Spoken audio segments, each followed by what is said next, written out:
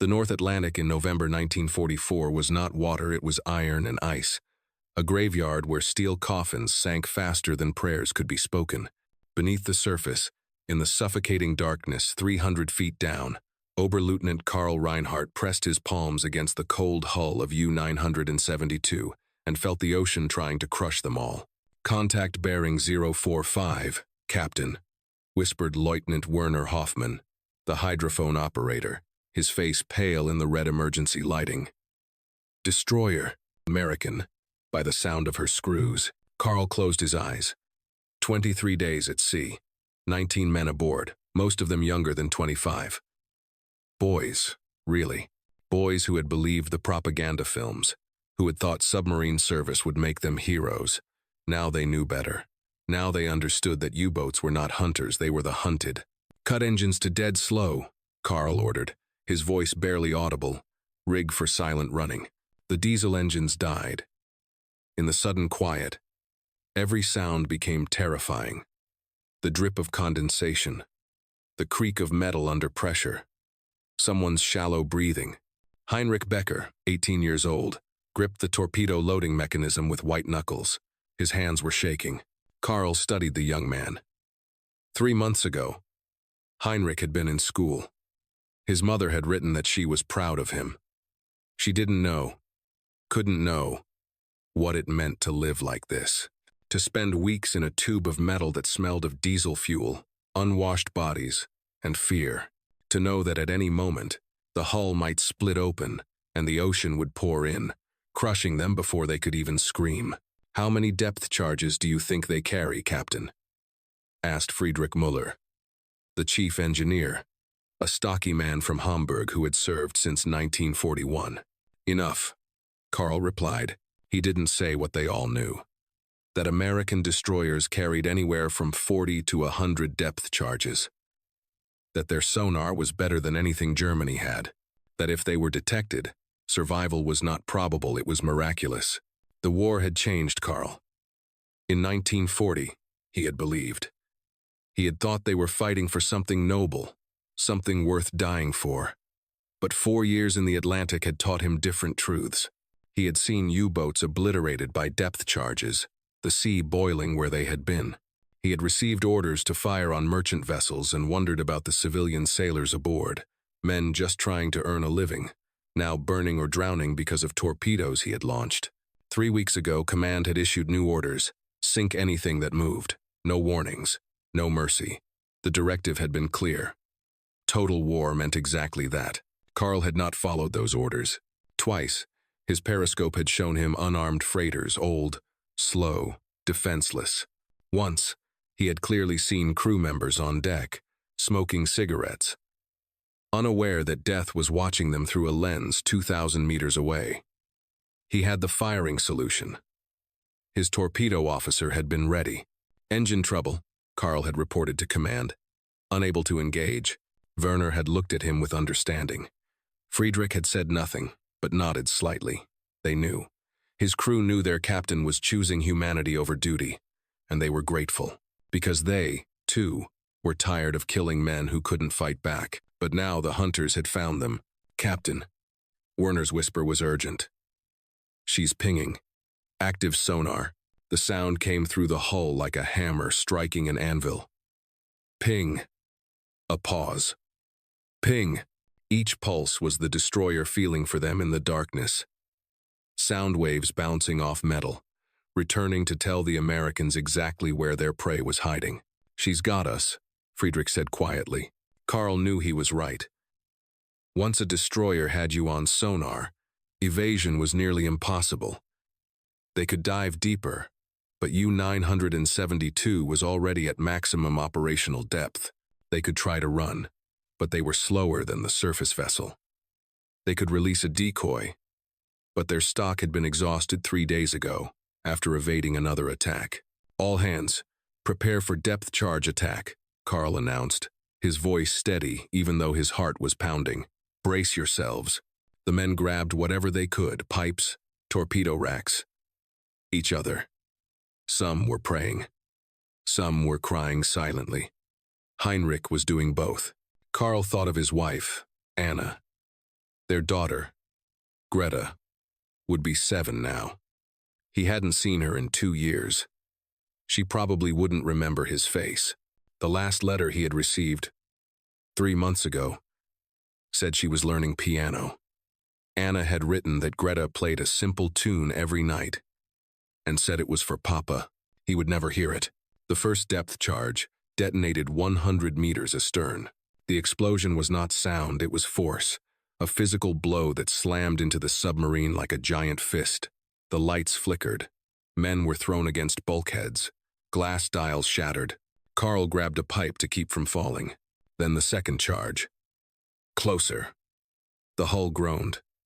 A tortured shriek of metal bending beyond its limits. Water began spraying from a seam near the forward torpedo room. "We're taking water," someone shouted.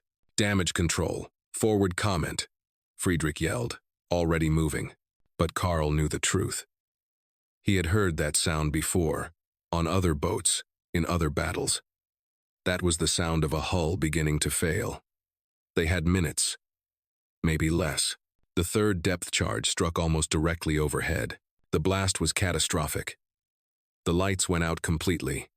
In the darkness, Carl heard the roar of water under pressure, the screaming of men, the metallic shriek of the boat dying around them. Emergency lighting flickered on dim, red. Hellish. "Hull breach in the engine room." Friedrich's voice was hoarse with panic. "We can't contain it." Carl made the only decision left. Emergency blow. Surface. All hands prepare to abandon ship. It was a death sentence, and everyone knew it. Surfacing meant exposing themselves to the destroyer's guns. The Americans would shell them, machine gun the survivors, but staying down meant drowning in a metal tomb. At least on the surface, they could die under the sky. The ballast tanks blew with a roar of compressed air. U-972 began rising. Sluggish, wounded, trailing oil and debris. Carl could feel the boat listing to starboard, the weight of water in her belly pulling her down even as they tried to surface. "Prepare to open the hatch," he ordered. "When we surface, get everyone out. Fast." Captain Werner began. "That's an order." The submarine broke the surface with a shudder. Through the periscope, Carl could see the sky gray, overcast, beautiful. The last sky he would ever see. "Open hatch. Abandon ship." Men scrambled up the ladder, desperate, terrified. Carl waited until every member of his crew was out before he followed, climbing into the cold November air. The destroyer was 300 meters away, turning toward them. Her bow wave was high and white. On her deck, Carl could see sailors manning the guns. His men were in the water now, clinging to debris, to each other, raising their hands in surrender. They were floating in fuel, oil, and blood, exhausted, freezing, waiting to die. Carl looked at the American warship and thought, asterisk, this is how it ends. Not with honor, not with purpose. Just 19 men in the water, about to be slaughtered like animals. Asterisk. He raised his own hands above his head. The destroyer's main gun, a massive 127mm cannon, swung toward them, the barrel enormous and black, a tunnel to oblivion. Carl closed his eyes and thought of Greta's piano tune. He waited for the thunder. 12 minutes earlier, aboard the USS Harper, Lieutenant Commander Thomas Caldwell had been drinking bad coffee when the sonar operator's voice cut through the engine noise. "Con, sonar, submarine contact, bearing 045, range 1,800 yards. Caldwell was on the bridge in seconds, his coffee forgotten. "Classification? Definite submarine, sir. Diesel engines. Slow speed. She's trying to sneak past us. She picked the wrong day for that." Caldwell turned to his executive officer, Lieutenant James Morrison. "Sound general quarters. All hands to battle stations." The alarm rang through the ship. Sailors ran to their positions with practiced efficiency. Caldwell felt the familiar tightening in his chest, not fear, exactly, but acute awareness. Every submarine hunt was life and death. If they failed, that U-boat would sink American ships, kill American sailors. If they succeeded, German sailors would die. It was war. There was no room for sentiment. Helm. Hard right rudder. Bring us over the contact. Sir. Coming right. The Harper turned, her destroyer profile cutting through the gray Atlantic swells. Caldwell had commanded her for 11 months. Before that, he had survived the sinking of his previous ship, the USS Benson, torpedoed by a U-boat off the coast of Morocco. He had floated in burning oil for 3 hours before rescue came. 27 of his crew hadn't made it. He remembered every name. Range to contact? 1,000 yards in closing, sir. Depth charge cruise. Prepare for attack. Sit pattern delta. Below, on the stern deck, sailors rolled depth charges into position 300-pound drums of high explosive, set to detonate at specific depths. Each one could crack a submarine hull like an eggshell if it detonated close enough. 800 yards. Caldwell watched the water. Somewhere down there, German sailors were listening to his ship approaching, knowing what was coming, unable to escape. He wondered what they were thinking, if they had families, if they were afraid. Then he pushed the thoughts away. This was not the time for empathy. Empathy got people killed. 600 yards. Steady on course. Sonar, confirm depth. Contact is at 300 feet, sir. Recommend depth charge settings at 250, 300, and 350. Set accordingly. Prepare to fire on my command. The Harper passed over the invisible target. Caldwell counted seconds. 1, 2, 3 then. Fire depth charges. The charges rolled off the stern rails and dropped into the sea, disappearing into the gray-green water. Caldwell counted again. 5 seconds.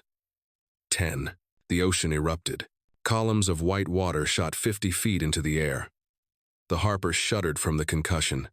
Caldwell braced against the railing, watching the disturbance. If they had scored a direct hit, they would see debris, wood, metal, bodies. Second pattern. Fire. More charges. More explosions. The sea was boiling now, churned white by the blasts. Sonar. Report. Contact is. Sir, she's breaking up. I'm hearing metal stress. Air release. She's surfacing, someone shouted. Caldwell grabbed his binoculars. 500 yards off the port bow, the water was churning. Then he saw at the conning tower of a U-boat breaking surface. Streaming water, listing badly to one side. All guns, target the submarine, Morrison ordered.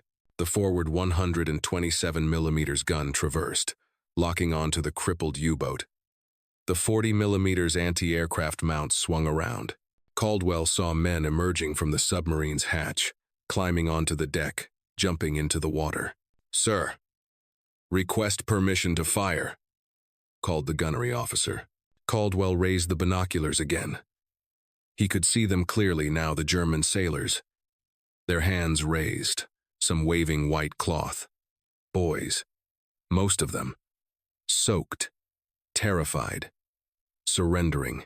One man stood on the conning tower, arms above his head, waiting for death. Caldwell had spent 4 years at war. He had seen ships burn, friends die, bodies floating in the wreckage of what had been home.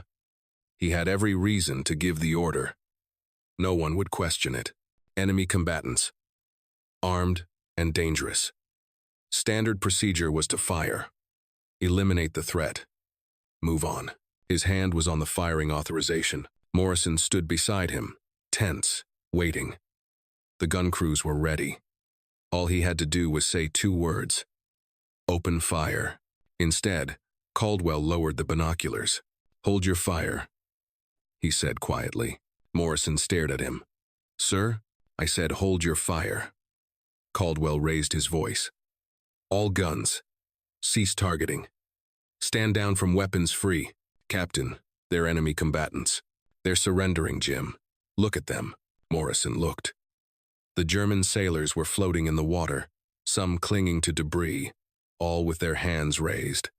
The submarine was sinking behind them, going down by the stern. They could have scuttling charges, Morrison argued. Booby traps. This could be a trick. Does that look like a trick to you? Caldwell pointed at the Germans. They're freezing to death in that water. We've got maybe 15 minutes before hypothermia kills them. Sir, I have to advise. Your advice is noted, Jim. Now get the rescue team ready. Caldwell turned to the helmsman. Bring us alongside. Carefully. Bosun, prepare to recover survivors. The bridge was silent. Caldwell could feel the disapproval, the confusion, the anger. His crew had friends who had died from U-boat attacks. The Harper herself had been hunting submarines for months, and now he was rescuing them? Chief Petty Officer Robert Kane, the bosun, approached. Kane was 42, a career sailor who had fought in the last war. His face was hard, weathered by salt and Sunday. Captain, Kane said, his voice low. The men won't like this. I don't need them to like it, Chief. I need them to do it. These bastards have been sinking our ships for years. I know. They don't deserve mercy. Caldwell met Kane's eyes. Maybe not. But we're not going to become murderers to kill them. Get the rescue team ready. That's an order. Kane's jaw tightened. Then he nodded. Aye, sir. He turned and began barking orders. The Harper came alongside the struggling Germans. Up close. Caldwell could see how young they were. One boy couldn't have been more than 18, his face white with shock, clutching a piece of floating wood. Another was injured. Blood on his forehead. Barely conscious. Lower the nets, Kane ordered. Rescue team, into the boat. A motor launch was lowered, with 4 sailors aboard. They pulled toward the Germans, fighting the swells. The sea was getting rougher. A storm was coming in from the northwest. Clouds dark on the horizon. Morrison came to stand beside Caldwell. Sir, the weather's turning. We need to hurry. I know. They watched as the rescue team reached the first German sailor, the officer from the conning tower. The man was treading water, exhausted, but he reached for the boat when it came close. American hands grabbed him, hauled him aboard. 1 down, Caldwell muttered. 18 to go. The rescue took 40 minutes. 40 minutes of fighting cold water, heavy swells, and time. 2 Germans had to be pulled from the water unconscious. One was screaming broken leg. Maybe worse. But one by one, they came aboard the Harper, soaked and shaking, unable to believe they were still alive. Caldwell watched them being brought to the deck. Some could walk.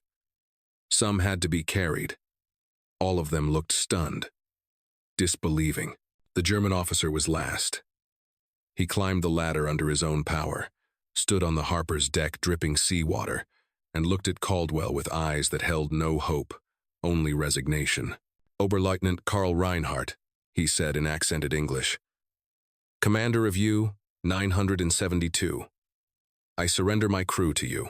Caldwell studied him. The man was maybe 35, thin, with hollow cheeks and old eyes. A veteran. Commander Caldwell. USS Harper. Thomas replied.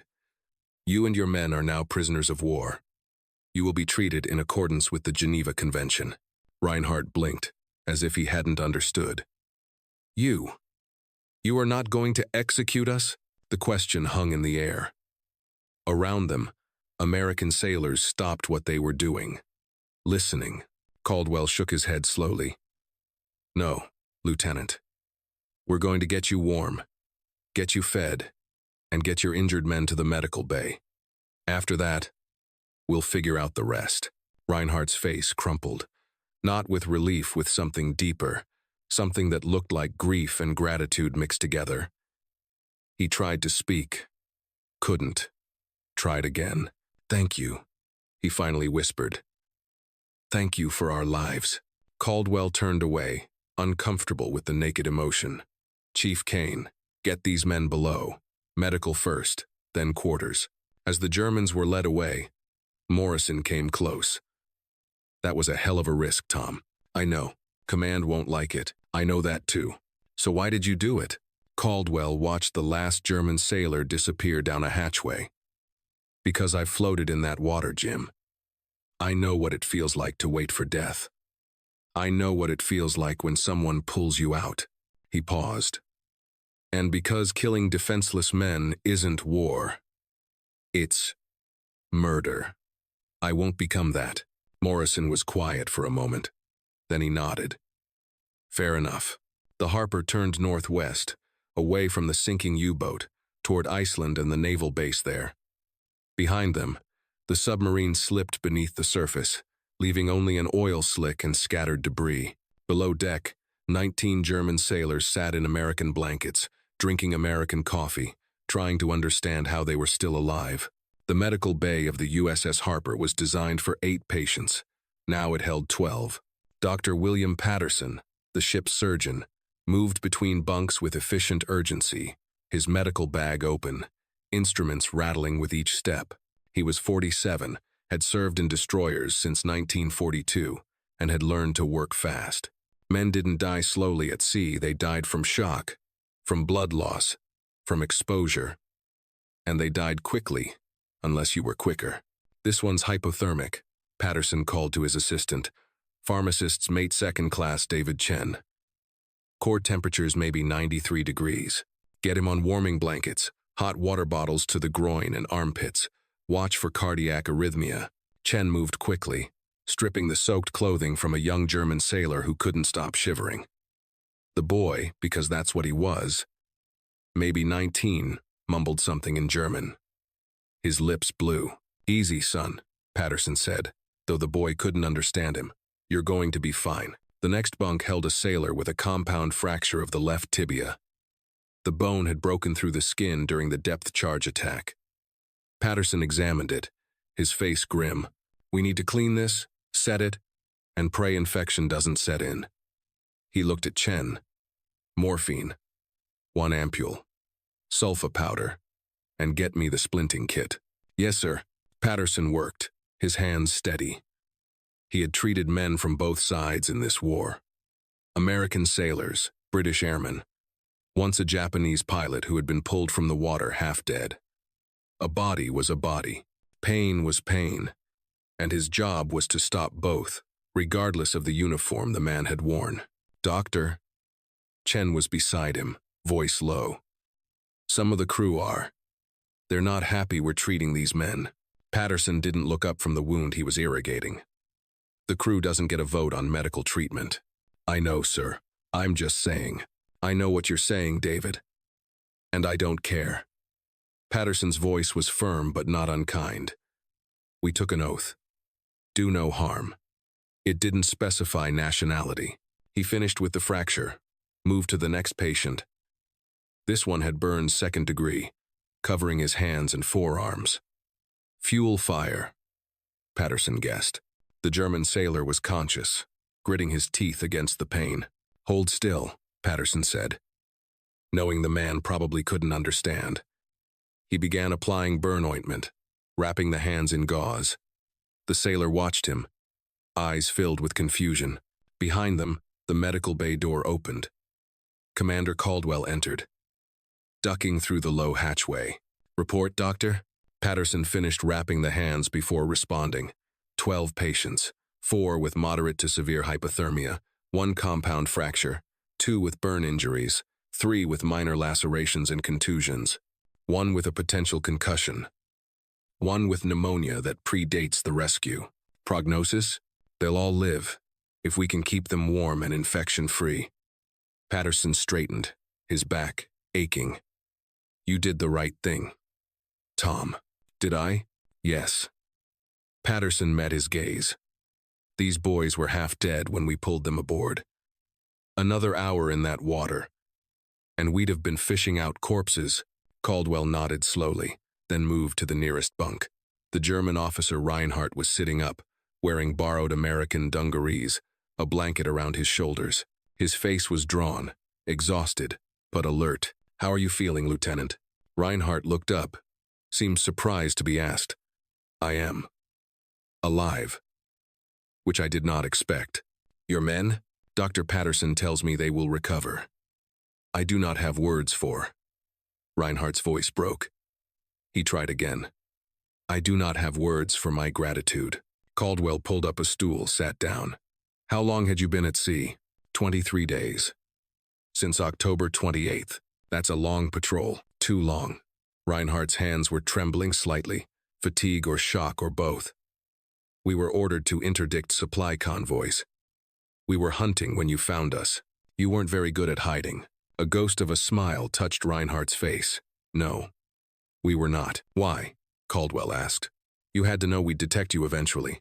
Why didn't you stay deeper, stay quiet? Reinhardt was silent for a long moment. Then, because I was tired of hiding. Tired of killing. Tired of war. The honesty in his voice was startling. Caldwell studied the German officer, seeing the weight behind the words, the years of combat, the moral exhaustion that came from doing terrible things, because duty demanded it. How many ships have you sunk? Caldwell asked. 7 confirmed kills. Maybe 3 others. That's a lot of dead sailors. Yes. Reinhardt didn't flinch from it. It is. I think of them often. I wonder if they had wives. Children. If anyone mourned them. They did. I know. Reinhardt looked at his hands. 2 weeks ago, I had a merchant ship in my sights. Unarmed. Old. Slow. I had the solution. My torpedo officer was ready. All I had to do was give the order. But you didn't. No. I told command we had engine trouble. That we lost the target. Reinhardt's voice was barely audible. I could not do it anymore. I could not send another ship to the bottom, knowing there were men aboard who just wanted to go home. Caldwell was quiet. Around them, the medical bay creaked and groaned with the ship's movement. Someone moaned softly in their sleep. Why are you telling me this? Caldwell finally asked. Because you should know what kind of men you saved. Reinhardt met his eyes. We are not heroes. We are not even good Germans. We are just tired men who want the war to end. That makes you the same as every other soldier I've ever met, Caldwell said. He stood, preparing to leave, then paused. Lieutenant, when we reach Iceland, there will be an investigation. You and your men will be interrogated, classified as prisoners of war. It won't be pleasant, but it will be fair. Better than what we expected. What did you expect? Reinhardt's smile was sad. Bullets. Water. Death. Not blankets and coffee and a doctor who treats us like human beings. Caldwell nodded slowly. War makes us forget what we are, Lieutenant. I won't let it make me forget. He left the medical bay, climbing back to the bridge. Outside, night was falling. The storm had arrived. Rain lashing the decks, wind howling through the rigging. The Harper rolled in heavy seas, her bow plunging into each wave. Morrison was on watch, monitoring the helm. He looked up when Caldwell entered. How are they? They'll live. Good. Morrison hesitated. Tom, I've been thinking. When we reach Iceland, I know, there will be questions. More than questions. Some of those questions will have stars on their shoulders. Caldwell understood. Rescuing enemy combatants was one thing, but bringing them back as prisoners, treating them medically, housing them with the crew that was going to raise eyebrows. Some officers would call it mercy. Others would call it weakness. A few might call it treason. I'll handle it, Caldwell said. How? By telling the truth. We found enemy sailors in the water. We rescued them. We treated them with dignity. That's what the Geneva Convention requires. That's what being Americans requires. Morrison looked doubtful but said nothing. Below, in the crew's quarters, Seaman First Class Robert O'Brien was speaking loudly to a group of sailors. It's bullshit, O'Brien said, his face flushed with anger. We should have left those bastards in the water. You know how many ships they've sunk? How many of our guys they've killed? Captain's orders were clear, said another sailor, Daniel Walsh. Captain's orders are wrong, O'Brien slammed his fist on the table. My brother was on the SS Thomas Jefferson. Went down off Newfoundland. Torpedoed by a U-boat. They didn't rescue anyone, just left them in the water to freeze. So why the hell are we being nice to these sons of bitches? Chief Kane appeared in the doorway. That's enough, O'Brien. Chief, you can't tell me you agree with this. I said that's enough. Kane's voice was steel. What I agree with doesn't matter. What you agree with doesn't matter. We follow orders. The captain said, rescue them, We rescued them. The captain said, treat them right. We treat them right. That's how this works. It's not right. Kane stepped closer, his face inches from O'Brien's. You think I don't know about dead brothers? My cousin was at Pearl Harbor, engine room of the Arizona. They never even found his body. So don't talk to me about what's right and what's not. The comment was silent. Here's what I know, Kane continued, his voice lower but no less intense. War makes us do terrible things. It makes us kill people we don't hate, in places we don't care about, for reasons we don't always understand. And if we're not careful, war makes us into the same kind of monsters we're fighting against. He looked around the comment, meeting each man's eyes. The captain chose mercy today. Maybe you think that makes him weak. I think it makes him stronger than any of us. Because it's easy to kill. It's easy to leave men in the water, to drown. What's hard, what takes real courage, is to show humanity to people who don't deserve it. Kane straightened. Now get some sleep. We've got watch in 4 hours. He left. The sailors sat in uncomfortable silence. Finally, Walsh spoke. Chief's right, you know. Maybe, O'Brien muttered. Doesn't make it easier. No, Walsh agreed. It doesn't. On the bridge, Caldwell stood at the window, watching the storm, thinking about choices and consequences and what it meant to be human in a world that rewarded inhumanity. Behind him, in the medical bay, 19 German sailors slept in American bunks, alive when they should have been dead. Saved by men who had every reason to let them die, the Harper sailed on through the night, carrying them all toward an uncertain future. The U.S. Naval Operating Base in Reykjavik, Iceland, was a collection of gray buildings huddled against the North Atlantic cold. When the USS Harper tied up at the dock 3 days after the rescue, word of her cargo had already spread. Commander Caldwell walked down the gangway to find Captain George Hartley waiting, his face unreadable. Hartley was the base commander, 54 years old, career Navy, a veteran of the last war and this one. His service record was impeccable. His tolerance for deviation from protocol was minimal. Commander Caldwell, Hartley said, his tone formal. Welcome to Reykjavik. Thank you, sir. I understand you've brought guests. 19 prisoners of war, sir. German submariners from U-972. Yes, I've read your report. Hartley's eyes were cold. Quite a story. Let's discuss it in my office. They walked in silence through the base, past sailors who stopped to stare, past buildings where officers whispered in doorways. Caldwell felt the weight of judgment pressing down on him like the ocean pressure that had nearly crushed U-972. Hartley's office was spare desk, chairs, filing cabinets, a map of the Atlantic with pins marking submarine activity. The captain gestured to a chair. Sit. Caldwell Saturday. Hartley remained standing, hands behind his back, looking out the window at the harbor. Do you know how many American ships were sunk last year by U-boats, Commander? No, sir. 63. 63 vessels. Approximately 2,000 American sailors killed or missing. Hartley turned to face him. Do you know how many U-boats we've destroyed? Sir, 41. We're losing that war, Commander. We're losing it because submarines are invisible, deadly, and nearly impossible to stop. Every U-boat we sink is a victory. Every U-boat crew we capture is a source of intelligence. I understand, sir.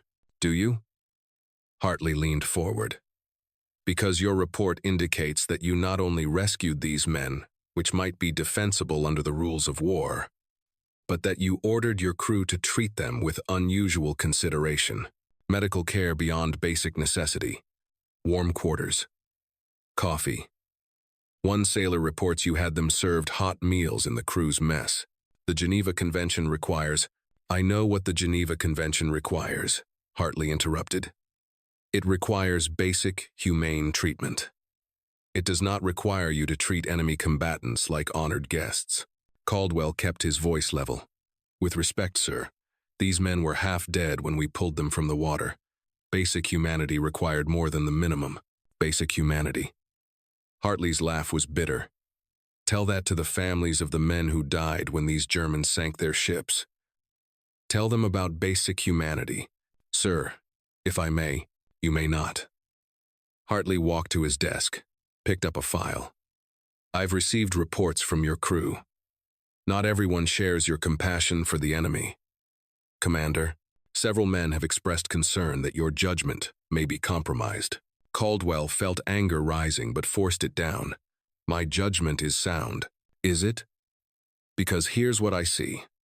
A commander who had the opportunity to eliminate an enemy submarine and its crew, thereby preventing future attacks, and who instead chose to burden his ship, his crew, and his navy with prisoners who will require resources, security, and eventual repatriation.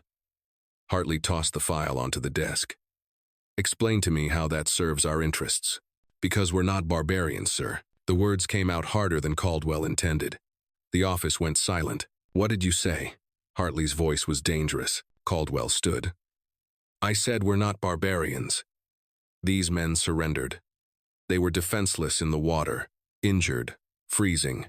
If we had killed them, we would have been no different than the enemy we're fighting. Maybe worse, because we claim to represent something better. We represent victory, Hartley said coldly. That's what we represent. Victory at any cost. Not any cost, sir. Not the cost of our humanity. They stared at each other across the desk. Hartley's face was flushed, his jaw tight. You're naive, Commander. You think war is about honor and rules and doing the right thing. War is about killing the enemy before they kill you. It's about making the hard choices that soft men can't make. Then maybe we need more soft men, Caldwell replied quietly. Because the hard men are turning us into something I don't recognize anymore. Hartley was silent for a long moment. Then he sat down heavily, suddenly looking older than his years. You're probably right, he said, surprising Caldwell. You're probably right.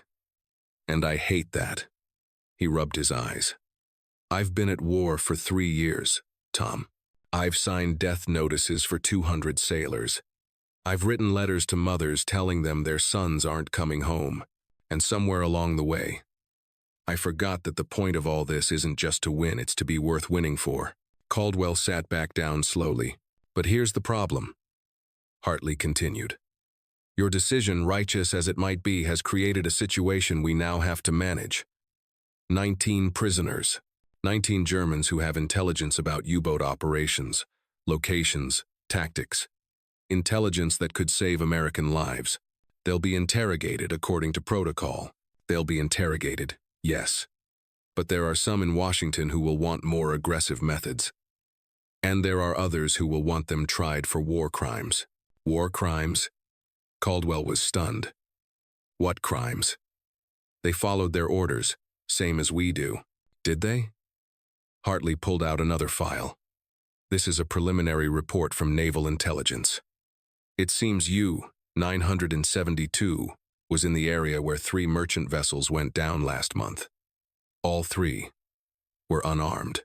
All 3 sent distress signals indicating submarine attack. Caldwell's stomach tightened. Lieutenant Reinhardt told me. What? Hartley looked up sharply. What did he tell you? That he sometimes failed to follow orders to attack civilian vessels. That he reported engine trouble to avoid engaging unarmed ships. Hartley stared at him. Are you telling me that this German officer admitted to disobeying orders? Yes, sir. Did you document this conversation? No, sir.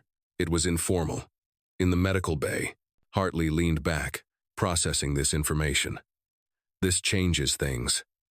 If Reinhardt and his crew can be proven to have acted against their own military orders to avoid killing civilians, that's not a war crime. That's mercy. That's conscience. It's humanity, Caldwell said. It's evidence, Hartley corrected. Evidence that might save their lives when the tribunal convenes. Tribunal? You thought this was over? Hartley shook his head. Tom, you rescued 19 enemy combatants. That decision, right or wrong, will be reviewed by officers far above my pay grade. There will be questions. There will be investigations. And yes, there will be a military tribunal to determine the status of these prisoners. Caldwell felt the weight of it settling on his shoulders. What do you need from me? Everything. Every conversation, every observation, Every piece of information that might establish these men as legitimate prisoners of war entitled to Geneva Convention protections. Hartley paused. And I need you to understand something, Tom. There are people in this war who see the enemy as subhuman, as monsters who deserve only death. If they can prove these Germans committed atrocities, your prisoners will be executed. They didn't commit atrocities, then we need to prove that. Hartley stood. I'm ordering a formal investigation. You'll testify. Your officers will testify. The prisoners will be interviewed. And at the end of it all, a board of senior officers will decide whether you're a hero or a fool. I don't care which they decide, sir. I did what was right. I believe you. Hartley offered his hand. Caldwell shook it. But right and wrong are luxuries in wartime, Tom. Most of us just try to survive with whatever's left of our souls intact. Over the next 3 weeks, the investigation proceeded with military efficiency. Caldwell was questioned for hours about his decisions, his observations, his conversations with Reinhardt. His crew was interviewed individually. The German prisoners were interrogated by naval intelligence officers who spoke fluent German. Dr. Patterson provided medical reports documenting the condition of each prisoner when rescued, noting that several would have died within hours without intervention. Chief Kane, despite his initial anger, testified that the rescue had been conducted professionally and that the prisoners had offered no resistance or attempted sabotage. Lieutenant Morrison stated clearly, Commander Caldwell made the only decision consistent with both military law and basic decency. I supported it then. I support it now. The German prisoners, interrogated separately, all told the same story. U-972 had been hunting supply convoys. They had been damaged by depth charges. They had surfaced, expecting to be killed. Instead, they had been saved by Americans who treated them with dignity and care. And then came Karl Reinhardt's testimony. He sat in the interrogation room, thin and pale, facing a panel of 3 officers, a captain, a commander, and a lieutenant colonel from the Army's Judge Advocate General's Corps. State your name and rank for the record, said the captain. Oberleutnant Karl Reinhardt, commander of U-972, German Kriegsmarine. How long have you served? Since 1940. 4 years and 2 months. How many ships have you sunk? 7 confirmed. Perhaps 3 others. That makes you an accomplished submarine commander. It makes me a killer of men who could not defend themselves, Reinhardt replied quietly. I take no pride in it. The officers exchanged glances. The JAG colonel leaned forward. Lieutenant Reinhardt, I'm going to ask you a direct question. Did you or any member of your crew commit acts that would constitute war crimes under international law? Did you fire on lifeboats, execute survivors, or target clearly marked hospital ships? No, sir. Never. Did you receive orders to do such things? Reinhardt hesitated. This was dangerous ground. Admitting that German command had issued illegal orders could mean execution for following them or execution for treason if he ever returned to Germany. I received orders to sink all vessels in my patrol area without warning or exception, including vessels that might be civilian or unarmed. Did you follow those orders? Another hesitation. Then, no, sir. Not always. Explain. Reinhardt took a breath. 3 times in the last 2 months, I had unarmed merchant vessels in my sights. Old ships. Slow. Defenseless. I could see crew members on deck. I had firing solutions. My torpedo officer was ready. He paused. I could not do it. So I reported mechanical failures, engine problems, sonar malfunctions. Anything to avoid the order to fire. Why? Because I am still a human being, Reinhardt said simply. Because I have a daughter at home, and I want her to grow up knowing her father was not a monster. Because there are some orders that no decent man can follow, regardless of the consequences. The room was silent. You understand, the JAG colonel said slowly, that what you've just told us is evidence of dereliction of duty. By your own military standards, you should be court-martialed. Yes, sir. I understand. And yet you told us anyway. You asked for the truth. I have nothing left but truth. Reinhardt met the colonel's eyes. My boat is gone. My crew is captured. My war is over. The only thing I have left is my conscience. I will not lie to protect it now. The hearing ended shortly after. Reinhardt was escorted back to the detention barracks where his men were housed, not a prison exactly, but a guarded compound with bunks, heat, and regular meals. That night, Friedrich Müller, the chief engineer, sat beside Karl on his bunk. "What did you tell them?" Friedrich asked quietly. "The truth. All of it?" "All of it." Friedrich was quiet for a moment. Then, "Good. We're tired of lies, aren't we? Tired of pretending that what we did was glorious instead of terrible." "Yes. Do you think they'll execute us?" Karl considered the question honestly. "I don't know. But if they do, at least we'll die clean. No more lies. No more pretending." "I can live with that," Friedrich said. Then he smiled at the unintended irony. "Or die with it, I suppose." 2 days later, the tribunal reconvened for its final session. Caldwell was ordered to attend. He sat in the back of the room, watching as the 3 officers entered and took their seats. The captain cleared his throat.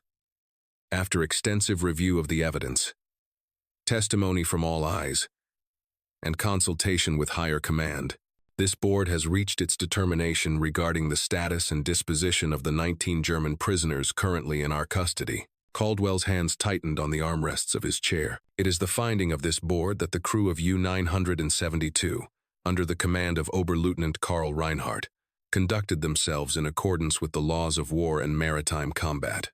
While engaged in military operations against Allied vessels, they did not commit acts that would constitute war crimes under the Geneva Convention or international maritime law." The captain paused, looking at his notes. "Furthermore, evidence suggests that Commander Reinhardt and his crew deliberately avoided targeting civilian vessels when possible, often at risk to themselves and in direct violation of orders from their own command. This demonstrates a level of moral courage and adherence to ethical standards that reflects credit upon them as military professionals, regardless of the nation they serve." Caldwell felt something loosen in his chest. "Therefore, it is the decision of this board that all 19 prisoners be classified as lawful combatants entitled to full protection under the Geneva Convention. They will be transferred to a prisoner of war camp in the United States, where they will remain until the cessation of hostilities, or until such time as prisoner exchange is deemed appropriate." The captain looked up, his eyes finding Caldwell in the back of the room. "Additionally, this board finds that Commander Thomas Caldwell, USS Harper, acted in accordance with both the letter and spirit of military law and naval tradition in rescuing these men. His actions are commended and will be noted in his service record. This hearing is adjourned." Outside the building, Caldwell stood in the cold Icelandic air, letting the wind clear his head. He felt exhausted, relieved, and strangely empty. He had won. His prisoners would live. His decision had been vindicated, but it felt less like victory than simply survival. "Tom?" He turned. Captain Hartley was approaching, his coat collar turned up against the wind. "Congratulations," Hartley said. "You were right. They were right. Maybe we're all a little more human than this war wants us to be." "Thank you, sir." "Don't thank me. I argued against you in that room. Argued hard." Hartley's smile was rueful. "But the evidence was overwhelming. Those Germans fought honorably. You treated them honorably. In the end, that's what mattered. What happens now? They'll ship out to the States in 2 weeks. Camp in Texas, probably. They'll sit out the rest of the war there, and then eventually go home to whatever's left of Germany when this all ends. And me? You're being reassigned. Effective immediately." Hartley handed him a folder. "New orders. You're taking command of a destroyer escort group. 4 ships, North Atlantic convoy duty. Congratulations, you just got promoted to Commodore." Caldwell stared at the folder. "Sir, you did something rare, Tom. You made a hard choice for the right reasons, and you were willing to pay the price for it. The Navy needs more officers like that. So does the world." Hartley extended his hand. "Fair winds and following seas, Commodore." They shook hands. Hartley walked away, leaving Caldwell alone in the wind. Before he left Iceland, Caldwell requested permission to speak with the German prisoners one last time. He found them in the recreation area of their compound, playing cards with a worn deck someone had donated. Karl Reinhardt stood when Caldwell entered. "Commander, I heard about the decision. You'll be going to America, a POW camp, but a good one. Anything is good compared to death." Reinhardt paused. "Thank you for speaking on our behalf. I told the truth. That's all. The truth saved our lives." Reinhardt's voice was thick with emotion. "I do not know how to repay such a debt." Caldwell thought about it for a long moment. Then he said, "Go home, Lieutenant. When this war ends, go home to your wife and daughter. Teach your daughter what you've learned, that humanity matters more than orders, that mercy is stronger than hatred, that even in war, we have choices." He paused. "That's how you repay the debt, by being the man you proved yourself to be." Reinhardt's eyes were wet. He snapped to attention and saluted. Not a Nazi salute, but a proper military salute. One soldier to another. Caldwell returned it. He left the compound and didn't look back, but he carried that moment with him for the rest of his life, the image of 19 men who had been given the gift of continued existence and who understood exactly what that gift was worth. The war continued for another 7 months. Caldwell commanded his convoy escort group with distinction, protecting 32 convoys across the Atlantic without losing a single ship. U-boats attacked. Some were sunk. Some escaped. The cycle continued, but he never forgot the moment he had chosen mercy over vengeance, humanity over efficiency, life over death. And somewhere in a camp in Texas, 19 German sailors worked in the fields, waited for the war to end, and never forgot the American commander who had saved them when he could have let them die. Some debts they knew could never be repaid, only honored, only remembered, only passed on to others who might someday face the same choice. Autumn 1964. Atlanta, Georgia.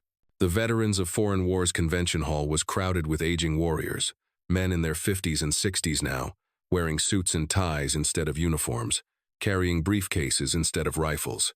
They came together every year to remember what they had been, to honor what they had done, to mourn the friends who hadn't come home. Thomas Caldwell, now 62 years old and retired from the Navy with the rank of Rear Admiral, stood at the registration table, shaking hands with old shipmates. His hair was gray, his face lined with decades of sun and salt, but his eyes were still sharp. "Tom," a voice called from across the room. "Tom Caldwell." He turned to see James Morrison pushing through the crowd, older but still recognizable, the same crooked smile, the same energy. "Jim." They embraced, pounding each other's backs. "How long has it been?" "Too long." "Since when?" "Norfolk? 48? Something like that." Caldwell stepped back, looking at his old executive officer. "You look good. Still sailing? Just a yacht on weekends now." "Nothing like the old days." Morrison's expression grew more serious. "Have you heard? About the Germans?" "What Germans?" "From the Harper, the U-boat crew. Apparently one of them is here." "At the convention." Caldwell's heart skipped. "What? How?" "I don't know the details, but I heard someone say there's a German here who wants to speak at the closing ceremony tonight. A U-boat commander." I thought, it can't be. But even as he said it, Caldwell knew it could be. It had been 20 years. The war had ended. Germany had rebuilt. Travel between nations was possible now, and if someone had wanted to find him, the VFW convention would be an obvious place to look. "There's a reception tonight before the ceremony," Morrison said. 6 o'clock. Officers' lounge. If it's him, he'll probably be there. Caldwell nodded slowly, his mind racing. Karl Reinhardt. It had been 20 years, but he still remembered the German officer's face, his voice, the weight of gratitude in his eyes. At 6 o'clock, Caldwell entered the officers' lounge with Morrison beside him. The room was full of veterans, American, British, Canadian, even a few French. They talked and laughed and told old stories, the way warriors do when they're far enough from war to forget the terror and remember only the brotherhood. And standing by the window, looking out at the Atlanta skyline, was a man Caldwell recognized instantly. Carl Reinhardt had aged well. His hair was silver, his face weathered, but he stood straight and still with that same quiet dignity Caldwell remembered. He wore a dark suit, American cut, and held a glass of water in both hands. Caldwell crossed the room, his heart pounding. Lieutenant Reinhardt. The German turned, and for a moment his face was blank. Then recognition flooded in, followed by emotion so strong it seemed to shake him. Commander Caldwell. His voice was the same, accented, careful, sincere. I hoped, but I did not dare believe. They stood facing each other. Two old men who had once been enemies, who had met in the worst circumstances imaginable, and who had both chosen humanity over hatred. It's Admiral now, Caldwell said, retired, and I am simply Carl, a schoolteacher in Hamburg, no longer a warrior. How did you find me? It was not difficult. Your name is in naval history books, the admiral who chose mercy. Carl smiled slightly. When I heard about this convention, I wrote to the organizers. I told them I had to speak with you. They agreed to let me attend. After 20 years. Why now? Carl reached into his jacket and pulled out an envelope, yellowed with age, the edges worn. Because I have carried this for 2 decades, and I believe it is time you knew what it says. He handed the envelope to Caldwell. The paper was old, fragile, covered with cramped German handwriting. I wrote this on the conning tower of U-972, Carl said quietly. In the moments before you arrived, when I thought we would die, I wanted to leave something behind, something for my wife to find, if anyone ever recovered my body. Caldwell's hands trembled slightly as he unfolded the letter. It was in German, but Carl had paper-clipped a translation to it. Asterisk, my beloved Anna. Asterisk, asterisk. If you are reading this, I am gone. I wanted you to know that my last thoughts were of you and Greta. I hope she is learning piano. I hope she plays the tune for me, even though I will never hear it. Asterisk, asterisk. We are floating in the water, waiting for the Americans to kill us. I am not afraid. I have been afraid for so long, afraid of dying, afraid of killing, afraid of what I have become that now, at the end, I feel only peace. Asterisk, asterisk. I want you to know that I tried to be a good man in a terrible time. I did not always succeed. I have killed people who did not deserve to die. I have followed orders I knew were wrong. I have failed you and Greta in every way that matters. Asterisk, asterisk. But at the end, I did one thing right. I refused to kill when I could have. I chose mercy when I had the power to destroy. And now I will die for that choice. But I die knowing that I am still the man you married. Still, the father Greta deserves to remember. Asterisk. Asterisk. Tell her I loved her. Tell her that her papa was not a monster. Tell her that even in war, humanity matters. Asterisk. Asterisk. The American ship is coming. I can see the guns. I am raising my hands. Asterisk. Asterisk. I love you both. Forever. Asterisk. Asterisk. Carl asterisk. Caldwell read the letter twice, his eyes burning. When he looked up, Carl was watching him with that same expression from 20 years ago. Grief and gratitude intertwined. You did not kill us, Carl said simply. You gave me 20 more years with my wife. You gave me the chance to watch my daughter grow up. She is married now. I have 2 grandchildren. Because of you, I have known all of this. Carl, no, please, let me finish. Carl's voice was shaking. For 20 years I have tried to find the words. There are no words adequate to thank someone for your life, for your children's life, for your future. He paused, composing himself. So instead, I want to tell you what I have done with the gift you gave me. He reached into his other pocket and pulled out a small book. The cover was worn, the spine cracked from much use. I wrote this. It is published in Germany, in schools. It tells the story of U-972, of the captain who refused to fire on civilians, of the Americans who rescued us when they could have killed us, of the choice to be human even when humanity seems impossible. Caldwell took the book. The title was in German, but Carl translated, The Mercy of the Enemy, A True Story of War and Grace.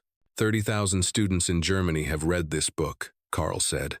They learn about you, about what you did, about what it means to choose right over easy, mercy over vengeance, life over death. His eyes were wet. You did not just save 19 men, Tom. You saved everyone they touched, everyone they taught, everyone who read this book and decided to be better than the war that shaped them. Caldwell couldn't speak. The weight of it was too much, the realization that one moment, one decision, had rippled outward through time, touching lives he would never know, changing futures he could never see. I cannot repay you, Carl continued, but I can honor you. And I can make sure that what you did is never forgotten. Around them, the room had grown quiet. Other veterans had noticed them, had seen the emotion, had drawn close to listen. Morrison was there. Dr. Patterson, who had somehow heard about the reunion and driven from Maryland to attend. Chief Kane, now 78 and using a cane, but still present, still watching. You want to know something? Caldwell finally said, his voice rough. For 20 years, I've wondered if I did the right thing. Oh, the Navy gave me medals. Historians wrote nice things, but in the dark, when I couldn't sleep, I wondered if I should have just followed orders. If I should have been harder. If mercy was weakness. He looked at Carl, at the book in his hands, at the letter that had been written in the shadow of death. Thank you, Caldwell said. Thank you for showing me that it mattered, that it was worth it. That choosing humanity over hatred isn't weakness. It's the only thing that makes us worth saving. Carl stepped forward and embraced him. Two old men, warriors from opposite sides of history's worst conflict, holding each other and weeping for all the years between, for all the lives saved and lost, for the terrible beauty of mercy in a merciless time. The other veterans watched in silence.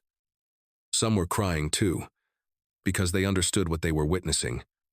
Not just a reunion, but a vindication. Proof that even in the darkest moments, humanity could survive. That even when the world demanded cruelty, individuals could choose something better. That night, at the closing ceremony, Carl Reinhardt stood at the podium and told his story to 500 American veterans. He told them about the depth charges, the rescue, the medical care. He told them about the tribunal that had saved his life. And he told them about the 20 years since the family, the teaching, the book, the thousands of students who had learned that mercy was possible even in war. I stand before you, Carl said, his voice carrying through the silent hall. Not as an enemy, but as a living testament to what you fought for. You did not fight to kill Germans. You fought to preserve the idea that humans have value, that life matters, that even in war, we are more than our uniforms and our orders. He looked directly at Caldwell, sitting in the front row. Admiral Caldwell gave me my life. But more than that, he gave me proof that humanity can survive anything, even total war, even hatred, even the worst that humans can do to each other. And because he chose mercy, 30,000 German students know that Americans are not enemies. They are people who value life, who choose right over wrong, who prove that we can be better than our worst moments. The standing ovation lasted 5 minutes. Afterward, in the parking lot, as veterans were leaving and goodbyes were being said, Caldwell and Carl stood together one last time. What will you do now? Caldwell asked. I will go home to Hamburg. I will continue teaching. And I will tell this story until I can no longer speak. Carl smiled. And you? I'll go home to Virginia. I'll sail my boat. I'll try to remember that I did something good in a life that often required doing terrible things. They shook hands, and this time it was different, not the grip of enemies, not even the grip of survivors, but the grip of brothers who had traveled through hell together and emerged still human. Thank you for my life, Carl said. Thank you for making it mean something, Caldwell replied. Carl drove away into the Georgia night, back to his hotel, back to his flight tomorrow to Hamburg, back to his life that existed only because one man had chosen mercy. And Thomas Caldwell stood in the parking lot, holding a German book he couldn't read, carrying a letter written in the shadow of death, and finally believing that the choices we make in our worst moments define who we are in all the moments that follow. The war had ended 20 years ago, but its lessons about humanity, about mercy, about the power of one good decision in a sea of terrible ones, those lessons would endure as long as someone remained to tell the story. And that story would be told. Carl would tell it. His students would tell it.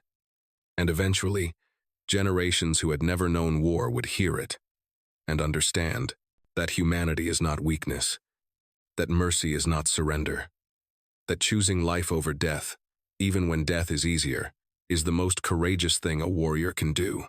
In 1944, 19 men should have died in the North Atlantic. Instead, they lived. They went home. They raised families. They taught students. They wrote books. They touched thousands of lives that would never have existed if Thomas Caldwell had given the order to fire. One decision. One moment of choosing right over, easy, and 20 years later, a German teacher stood before American veterans and thanked them for proving that even in hell, humanity could survive. That was the real victory. Not military, not strategic. Human. And it was a victory that would last forever, passed down through every life it touched. Every student who read Carl's book, every child who heard the story and decided that mercy mattered more than hatred. The war ended in 1945. But the battle for humanity, the real battle, is never over. It is fought in every moment we choose compassion over cruelty, life over death, love over hate. And on one cold day in November 1944, Thomas Caldwell chose right. And because of that choice, the world became immeasurably better. That is the legacy of U-972. That is the legacy of the USS Harper. That is the legacy of 19 men who lived because one man believed that even enemies deserve mercy. And that legacy will endure as long as humanity remembers that we are more than our worst moments, we are also our best ones.